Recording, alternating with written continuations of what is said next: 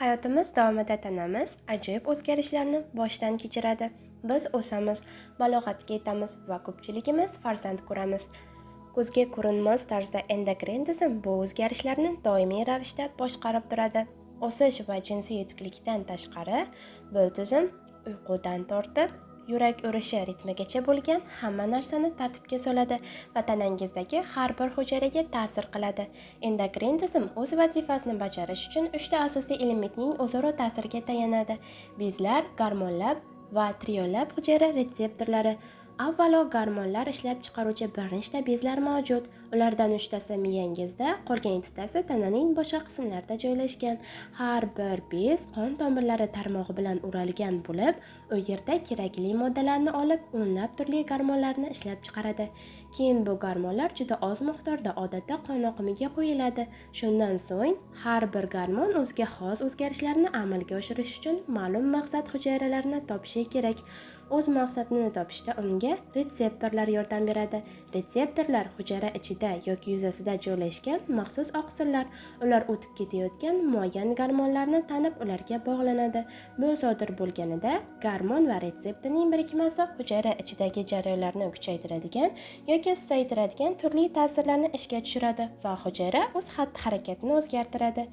Bir vaqtning o'zida millionlab hujayralarni ehtiyotkorlik bilan tartibga solingan miqdordagi gormonlar bilan ta'sir qilish orqali endokrin tizim butun tanada katta miqyosdagi o'zgarishlarni boshqaradi. Masalan, halqosimon bez va u ishlab chiqaradigan ikkita gormonni olaylik: tireotronin va tiroksin. Bu gormonlar tananing ko'p hujayralariga yetib boradi va u yerdagi hujayralar energiyasini qanchalik tez ishlatishini hamda qanchalik tez ishlayotganini boshqaradi. Natijada nafas olish tezligidan tortib yurak urishi, tana harorati va ovqat hazm qilishgacha bo'lgan hamma narsani tartibga soladi. Gormonlar eng ko'zga ko'rinarli va tanish ta'sirlarni balog'at yoshi davrida ko'rsatadi. Erkaklar balog'at moyaklari testosteron gormoni ajratib chiqarishdan boshlanadi. Bu jinsiy a'zolar asta-sekin rivojlanishiga, yuzda soch o'sishiga, ovozning qo'pollashishiga va bo'yning o'sishiga olib keladi. Ayollarda esa tuxumdonlardan ajraladigan estrogen balog'atning boshlanishini bildiradi. U tananing rivojlanishiga yordam beradi, sonlarni kengaytiradi va bachadon shilla qavatini qalinlashtirib, hayz ko'rish yoki homiladorlikka tayyorlaydi.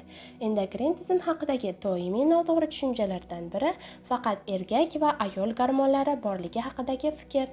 Aslida erkaklar va ayollarda ham estrogen ham testosteron bor, faqat miqdori har xil. Ikkala gormon ham homiladorlikda muhim rol o'ynaydi.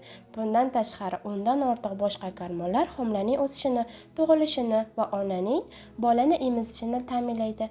Bunday gormonlar o'zgarish davrlari kayfiyatning ham o'zgarishi bilan bog'liq. Buning sababi gormonlar miyada serotonin kabi ba'zi kimyoviy moddalar ishlab chiqarilishiga ta'sir qilishi mumkin. Kimyoviy moddalar darajasi o'zgarganda kayfiyat ham o'zgaradi. Lekin bu gormonlar bizning ustimizdan cheksiz kuchga ega degani emas. Ko'pincha ular xatti-harakatlarimizning asosiy boshqaruvchisi deb qaraladi va ayniqsa balog'at davrida bizni o'z ta'siriga qo'llab qo'yadi deb o'ylashadi. Biroq tadqiqotlar shuni ko'rsatdiki, xatti-harakatlarimiz miya va uning neyrotransmitterlari, gormonlarimiz hamda turli ijtimoiy omillar ta'sirida shakllanadi. Endokrin tizimning asosiy vazifasi tanamizdagi jarayonlarni tartibga solish, bizni boshqarish emas. Ba'zida kasallik, stress, hatto ovqatlanish bu tartibga solish funksiyasini buzishi mumkin. Natijada bezlar ajratadigan gormonlar miqdori o'zgarishi yoki hujayralarning javob berishi usuli o'zgarishi mumkin. Diabet eng keng tarqalgan gormonal kasalliklardan biri bo'lib, oshqozon osti bezi qon tomiri shakarini boshqaruvchi insulin gormonini yetarlicha ajratmay qolganda yuzaga keladi. Gipertireoz va gipertiroz esa qalqonsimon bezda juda kam yoki juda ko'p tiroksin ishlab chiqarganda paydo bo'ladi. Tiroksin kam bo'lsa, yurak urishi sekinlashadi, charchoq va depressiya paydo bo'ladi. Ko'p bo'lsa esa vazn tushishi, uyqusizlik va asabiylashish kuzatiladi. Lekin ko'pincha endokrin tizim tanamizni muvozanat holatda saqlay oladi va doimiy tartibga solish orqali bizni kimligimizga aylantiradigan o'zgarishlarni boshqaradi.